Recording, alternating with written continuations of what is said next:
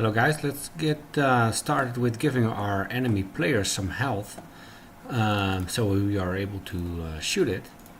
So let's create a new C# script in our NPC folder. Let's call this enemy health, and this should be straightforward to do.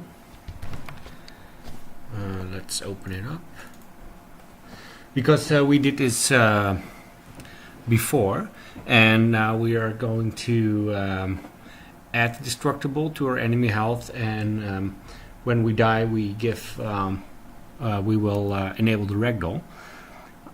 So let's get started. Let's first inherit from the destructible, and then let's override our die method. So we override the die, and we gonna add our serialized field for our ragdoll. We created a ragdoll, and when we die we simply say ragdoll die.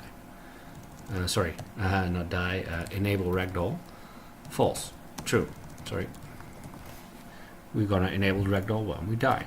Okay, so with this very simple script created, let's assign this to our enemy player.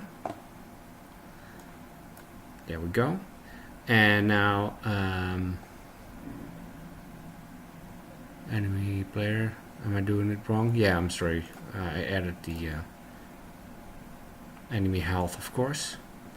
Okay, now with our enemy health, let's give it a few hit points, maybe 3 or whatever you want, and let's add the ragdoll too. So we are dragging the ragdoll from our SWAT, because we assigned the ragdoll to our SWAT game object. We can assign it by dropping the SWAT here. Okay, now let's see what that gives us. Let's move our player here so we don't have to walk back all the time. Now there it goes, and now we're gonna shoot it. There it goes. Okay, but you can still see it moving around. That's because our pathfinder is still active. So to change that, when we die, we need to know that we are dying and then stop our patrol. Yeah, so in our enemy player, let's make let's see here how we're gonna fix this. Yeah, let's use the enemy player for it. So we're gonna say our enemy player will require our enemy health, and then we make a public and let's make a private enemy health. Let's call this my enemy health, and then a public enemy health, enemy health. This will get if m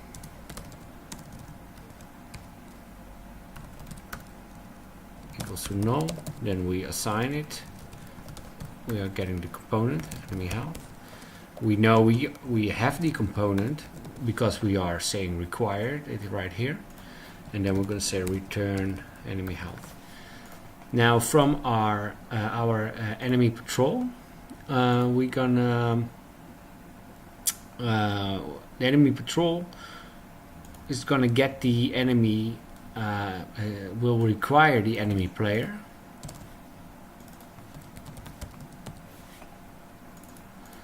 There we go. Yeah, let's see, this one got a pathfinder, enemy player. Yeah, so the enemy patrol will require our enemy player, and then we can say here let's call this enemy player NPC, and in our let's do it the same way as the health here. So let's copy this part over, copy this to our enemy patrol script, and replace enemy health to enemy player, and here, and same goes for the variable here. Yeah, so now we have a reference to our enemy player, And now we can say in our start method, well, we could let's do it in the awake here, so not in the start. Let's go to the awake, and here we say enemy player, and we get a reference to our health, enemy health we just created, and then we make use of the event we have in the destructible on death. So when the player when the enemy dies, we're gonna stop the agent here, and we have the agent in our Pathfinder here, so we can say Pathfinder agent stop. Okay, let's see if that works.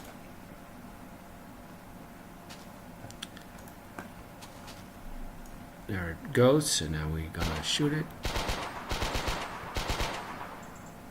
Oh, still not stopping. Let's make sure that we are getting this one. Could be the order of the way the scripts are initialized, so we have to check for that, because we had it before that we then we changed the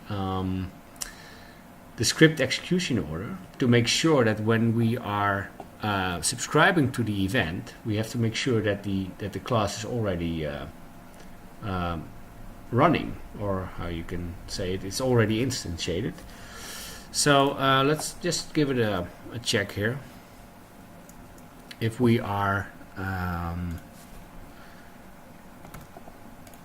where we are. Okay, so let's check here if the we have to die here. Let me check just a few things. Okay, so this is the on death, so we're gonna say here print. I'm gonna make sure that I have saved this before I'm trying again. Should it be the first time that I no, it's still going. Okay, should be the first time that I forget to save it. So I'm gonna say here print awake enemy patrol, and let's go to the enemy player, and maybe here get enemy health. Let's see what order we are here now. So now you can see in our awake enemy patrol gets called before get enemy health. So then we are getting the reference to our enemy health on death event. Should be okay. Let's check our event here. If not, is alive. So now we have when we die, we're gonna check if it's alive. Yeah, this won't work, because this is always false. So I think we're gonna have to remove this here, and then see what happens now.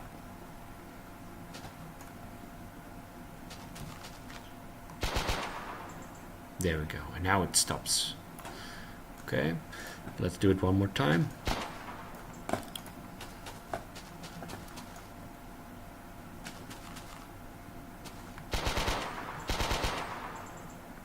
Yeah, now it does what we want.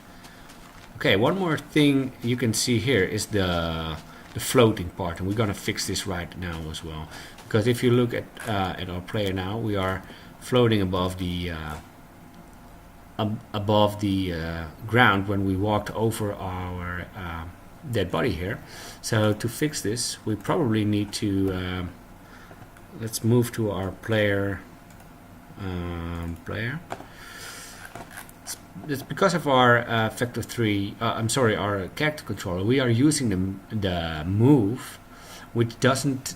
It takes a factor 3. It will also allow you to make a complex move. That's what it says in the description, and you also have to do your gravity yourself. But if you have to, it was easy, no, simple move, then it will also take a factor, but then the gravity is calculated for you. So now I think we can remove this factor here to reduce the speed too. I think we now are way too slow. Yeah, see, it's barely moving. So let's remove this speed here. There we go. Now it moves.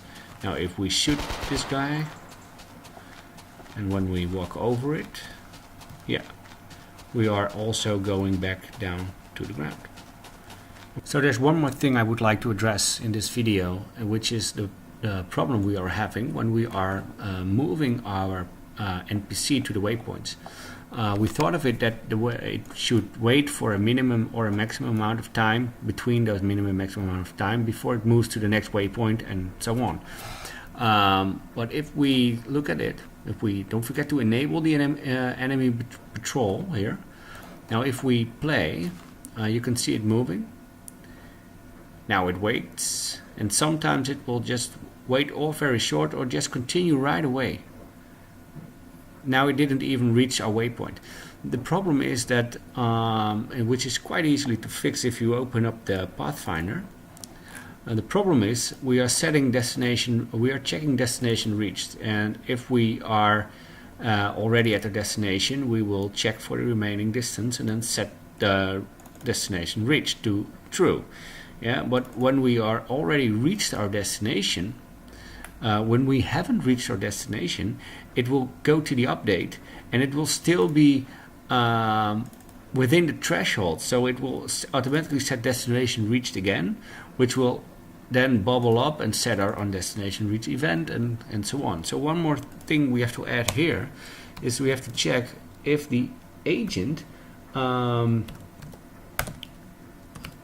if it doesn't have has a path, we will always also return. So we will only update and check for this when we actually have set a path for our agent. Yeah, so let's give it another try, then it should be okay.